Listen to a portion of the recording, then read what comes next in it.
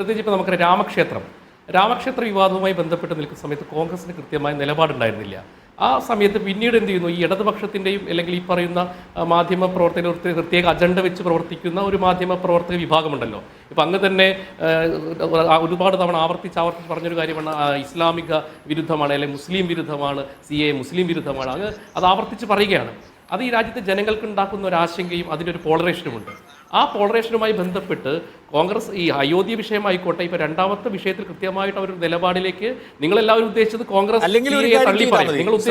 മഹാദേവ് എനിക്ക് പറഞ്ഞു തന്നാൽ മതി, അത് മുസ്ലിം അനുകൂലമാകുന്നത് എങ്ങനെയാണ് എന്ന്. അല്ല സാർ, അതെങ്ങനെയാണ് മുസ്ലിം വിരുദ്ധമാവുക?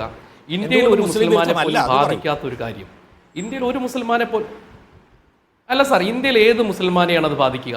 അങ്ങനെയല്ല സാർ, ഇന്ത്യയിൽ നമ്മളെ സംബന്ധിച്ച് ഇന്ത്യയിൽ ഒരു മുസൽമാനെ പോലും ബാധിക്കാത്ത ഒരു CAA ഇതിനകത്ത് കൃത്യമായിട്ട് പറയുന്നുണ്ട്. നേരത്തെ അദ്ദേഹം പറഞ്ഞ അഹമ്മദിയ അല്ലെങ്കിൽ ബാക്കിയുള്ള അവാന്തര മുസ്ലിം വിഭാഗമുണ്ടല്ലോ, അവിടെ ഒരു മതനിയമത്തിനനുസരിച്ച് അല്ലെങ്കിൽ ഒരു ആയത്തിനനുസരിച്ച് കൃത്യമായിട്ട് ഇസ്ലാമിക നിയമാനുസൃതമായിട്ട് പ്രവർത്തിക്കുന്ന ഇസ്ലാമിക രാജ്യമാണ്. ഇസ്ലാമിക രാജ്യത്ത് അവിടെ ഒരു വിവേചനം ഉണ്ടാവുക എന്ന് പറയുന്നതിൽ അർത്ഥമില്ല. നേരത്തെ സമ്പത്ത് സാർ പറഞ്ഞല്ലോ, അവിടെ അഹമ്മദി വിഭാഗമുണ്ട്, ബാക്കിയുള്ള ആളുകൾ ഉണ്ടെന്നുള്ളത്. ഇവിടെ കൃത്യമായിട്ട് മതരാഷ്ട്രത്തിലെ ന്യൂനപക്ഷങ്ങളെ സംരക്ഷിക്കുക എന്നുള്ളതാണ് അജണ്ട. പിന്നെ നമുക്കൊരു പോളിസി ഉണ്ട്. കാരണം എന്താണ്? ഇപ്പൊ തമിഴ്നാട്ടിൽ നിന്ന് അഭയാർത്ഥി പ്രവാഹം ഉണ്ടായിരുന്നില്ലേ? പിന്നെ മ്യാൻമറിൽ നിന്ന്, പഴയ മ്യാൻമറിൽ നിന്ന് അഭയാർത്ഥി പ്രവാഹം. റോഹിംഗ്ടൺ മുസ്ലിംസിന്റെ കാര്യത്തിൽ എന്താണ് BJPയുടെ നിലപാട്? അവർ അഭയാർത്ഥികളല്ലേ? അവര് തിരിച്ചയക്കണമെന്ന് സുപ്രീം കോടതിയിൽ സത്യവാങ്മൂലം കൊടുത്തില്ലേ? അവരെ തിരിച്ചയക്കണമെന്ന് സത്യവാങ്മൂലം കൊടുത്തില്ലേ? അല്ല സാർ, മ്യാൻമാർ ഒരു മിലിറ്ററി രാജ്യമാണ്. ഈ റോഹിംഗ്യ മുസ്ലിങ്ങിനെ മ്യാൻമാർ പോലും സാർ ഇതുവരെ അംഗീകരിച്ചിട്ടില്ല.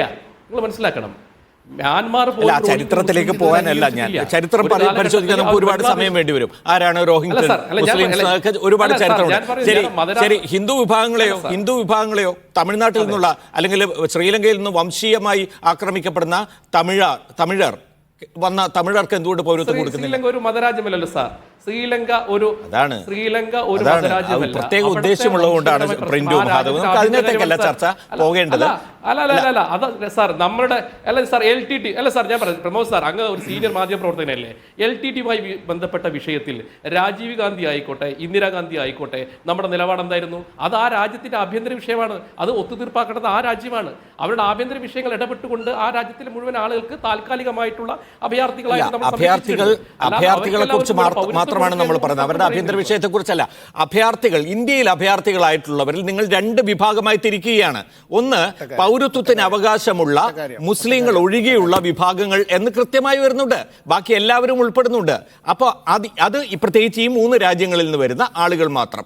അപ്പോൾ അങ്ങനെ ഒരു വിഭാഗം, അവർ പൗരത്വത്തിന് അർഹരായ ആളുകളാണ്.